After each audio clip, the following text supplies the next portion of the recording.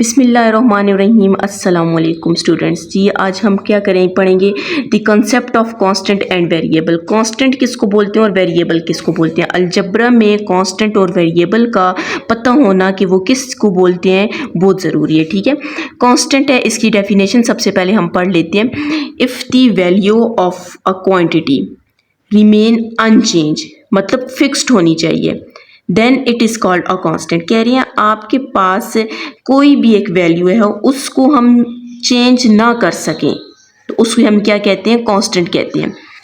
The number zero constant है, कभी हम जीरो की जगह बोल सकते हैं कि 0 9 की इक्वल है, no. +-1 +-2 +-3 up to so on, ये आपके पास कौन से नंबर आ जाते हैं, कांस्टेंट नंबर आ जाते हैं, आर कांस्टेंट। ठीक है, वेरिएबल किसको बोलते हैं, वेरिएबल वेरी से निकले चेंज करने को बोलते हैं। ठीक है, if the value of a quantities very, मतलब आपके पास कोई भी एक वैल्यू हो उसको हम चेंज कर सकें, that is does not remain constant, it is called variable. उसे हम क्या कहेंगे, वेरिएबल कहेंगे। Variable are usually denoted by small letters of English alphabet. ठीक है, वेरिएबल को हम कैसे डिनोट करते हैं, इंग्लिश अल्फ़ाबेट के स्मॉल लेटर से चेंज करते हैं। Consider the number x plus 5 and y plus 3. In x plus 5 the variable is x. ठीक है, ये देखें अभी हमने बोला x को हम चेंज कर सकते हैं, x की जगह हम 1 पुट कर सकते हैं, 2 पुट कर सकते हैं। ठीक है, और ये जो 5 है, 5 हमारे पास क्या है, कांस्टेंट है। इन y plus 3, इस y plus 3 में ये जो आपके पास y है ये क्या हो जाएगा, वेरिएबल हो जाएगा, और 3 आपके पास क्या आ जाएगा, कांस्टेंट आ जाएगा। ठीक है जी, फिर इसके बाद अलजब्रा में ये भी चीज़ होती है कि टर्म्स ऑफ अलजब्रिक एक्सप्रेशन। ठीक है, the different part of algebraic expressions are connected by mathematical sign. ठीक है, अलजब्रिक एक्सप्रेशन किससे कनेक्ट होती है, मैथमेटिकल साइन से। कौन कौन से साइन होते हैं, एक प्लस का होता है और एक माइनस का होता है। These parts are called term of the algebraic expression. इसको हम क्या कहेंगे, अलजब्रिक एक्सप्रेशन कहेंगे। फॉर एग्जाम्पल x+3, ठीक है, x+3 प्लस आ रहा है तो ये आपके पास एक अलजब्रिक एक्सप्रेशन है, ये भी अलजब्रिक एक्सप्रेशन है। ठीक है, in x+3 there are 2 terms x and 3। इसमें x क्या आ जाएगा, वेरिएबल, और 3 आपके पास क्या आ जाएगा, कांस्टेंट आ जाएगा। If an algebraic expression consist of one term, एक ऐसा अलजब्रिक एक्सप्रेशन हो जिसमें एक टर्म हो, उसे हम क्या कहेंगे, मोनोमियल अलजब्रिक कहेंगे। ठीक है, अलजब्रिक मोनोमियल कहेंगे।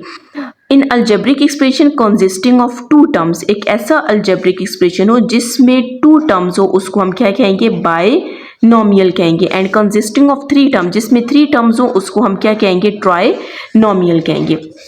इसके अलावा आपके पास होता है like and unlike terms. Like terms किसको बोलते हैं और अनलाइक टर्म्स किसको बोलते हैं।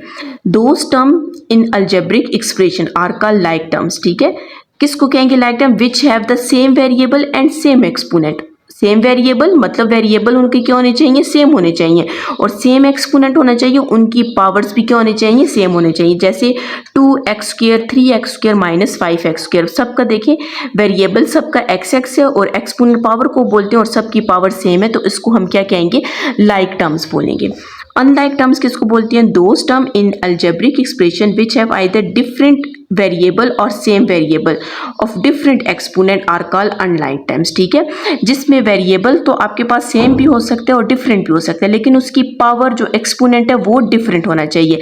जैसे 2x², इसका 3x है, इसकी पावर 1 है, इसका 4x³ इसकी पावर क्या क्यूब है, तो इसको हम क्या कहेंगे, अनलाइक टर्म्स कहेंगे। जी, इसका नेक्स्ट टॉपिक है addition of like and unlike terms. हम क्या देखते हैं कि लाइक और अनलाइक टर्म्स को ऐड कैसे करते हैं।